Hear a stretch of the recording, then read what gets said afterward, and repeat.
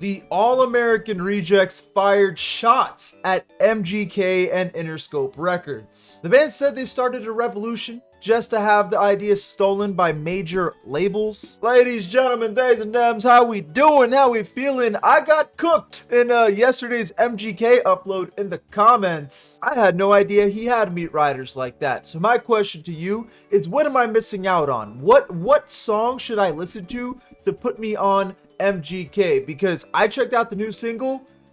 Goddamn, that was ass. Anyway, today's story starts with earlier this year. All right, the All-American Rejects decided to throw a tour with nothing but tiny venues, nothing but pop-up shows, and I spoke about this about a month ago, so I'm just gonna let past Vizzy explain the whole thing. They did a whole secret tour. All right, they did this really cool thing where they went on this secret tour playing these tiny little houses, tiny little venues, right? And only people that are really fans of the band were able to go. They had like some link to a website or some shit, and they send you an email, yo, we're about to be here, pull up. And the intention was so people can come see this band with over 10 million monthly listeners that are typically playing huge venues. Now you can see them in this intimate setting, this tiny little space, which is typically really tough to do. That motherfucker handsome, not gonna lie. But back to the present here. Now, even recently, the band is still doing shit like this, still doing pop-up shows. Like, here they are doing a pop-up show at Sheetz, and apparently, a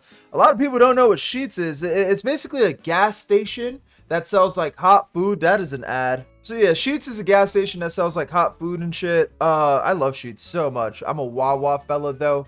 But anyway, this is them doing a pop-up show at Sheetz in Pittsburgh. This is only a few days ago, by the way. I'm gonna go ahead and stop playing that though in case of copyright shit. But doing shit like this is a win for everyone, all right? It's a big win for the crowd. Obviously, they get to see this band in an intimate setting. It's a win for the band because they got their name back in the news after a pretty long time, especially because they haven't put out that much music in the last decade, probably longer, like with the exception of singles here and there. But overall, it's just an extremely cool thing to do.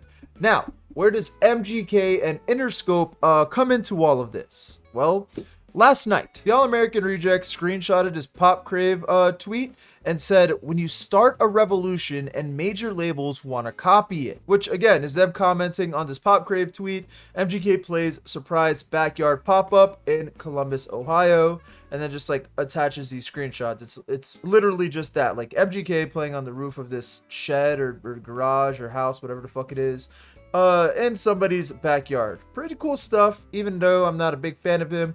It's a cool thing to do, right? Now, the first thing I thought of when I saw the All-American Rejects posted this was, wow, how petty. The ego this band has to have to think that they started a revolution by doing pop-up shows. Like, it hasn't been a thing for an extremely long time. Like, you can't just make a tour out of this thing and then just claim this thing to be yours. I'm assuming a good amount of you know who Ludwig is. Yeah, he did a subathon, got super popular for it, but he can't claim to own the subathon. He didn't invent it. He just did something that already exists, but on a bigger platform. I don't think the All-American Rejects are bad guys, all right? They are a good band and seem like good dudes off of my knowledge. So it was surprising to see them kind of gatekeep pop-up shows. In fact, I would imagine the opposite. I would assume that they'd encourage more of them because of how cool it is and how much of a dub it is for everyone involved. But putting myself in the band's shoes, I'm trying to see why they'd be upset, and I guess I kind of get it. Hear me out. Really quick, link in description, join the Discord because it's filled with people like you and I who are into cool music and gaming. We're going to be watching a movie on Monday, and I need help deciding which movie we're going to watch, so hop into Discord, drop some suggestions, and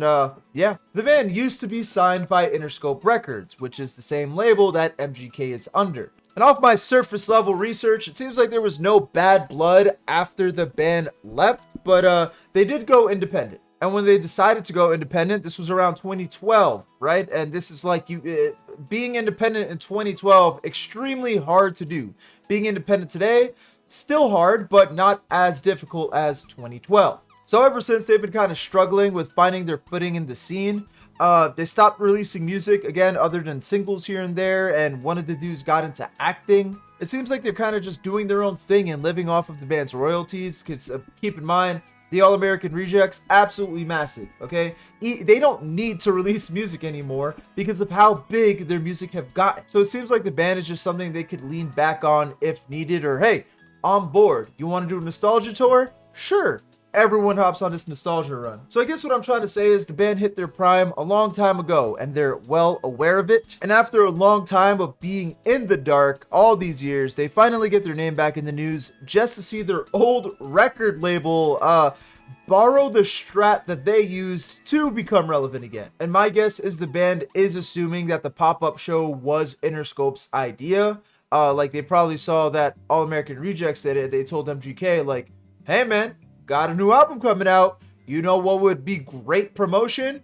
If you did a pop-up show in somebody's backyard and it becomes news and everyone sees it. So I'd imagine that this left a bad taste in the band's mouth. Now keep in mind, this is just speculation and theories, all right? I'm just trying to see where the saltiness is stemming from when it comes to this band, and in my head, this is the only thing that really makes sense. But at the end of the day, who really gives a shit? All right, let MGK do whatever. Let bands do pop-ups, whatever. It doesn't matter because, again, they're fun for absolutely everyone involved. And even if you think Interscope and or MGK were biting off of you, which is low-key a stretch, in my opinion, because again, this shit's been around for a very long time. You should feel honored that you have this sort of influence on people. Again, if you think they're like biting off of you. Like, sub, and click right here because yesterday we spoke about Ronnie Radke calling out the guitarist of Sleeping with Sirens,